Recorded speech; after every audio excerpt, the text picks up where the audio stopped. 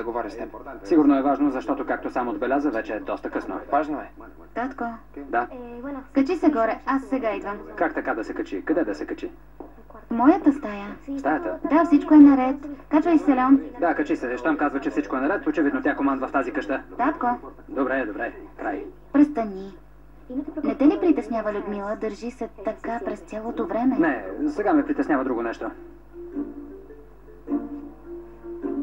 Върви, момчето те чака.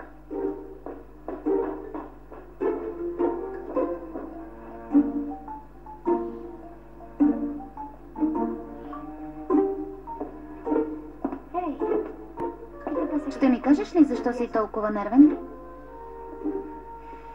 Няма как да стане по-зле. Юмикс вече няма да ни подкрепят и групата се разпада. Има ли друга момчешка банда?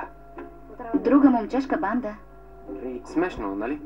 А за капак на всичко, Диего напуска училището. Чакай, как така напуска?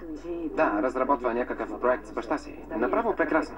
Тръгва по свой път, има планове. Чудесно. И аз бих поступил така, но не.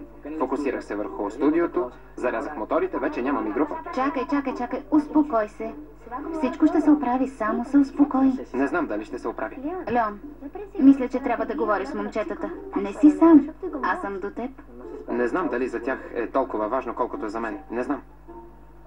Поне имам теб. Нали няма да ме изоставиш? Разбира се, че няма. Ей, всичко ще се оправи.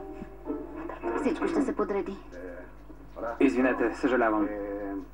Дойдох да ви донеса по едно парче торта. Има за всички.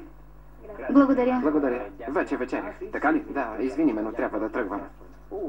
Добре. Благодаря. Обичам те. И аз. Довиждане. Чао. До скоро. Чао, Леон. Май го изплаших, а? Да, изплаши го. Ами, Но и без това си тръгваше. не съм виновен. Не ме обвинявай. Яш. Ела да ядеш с мен. Ами, добре.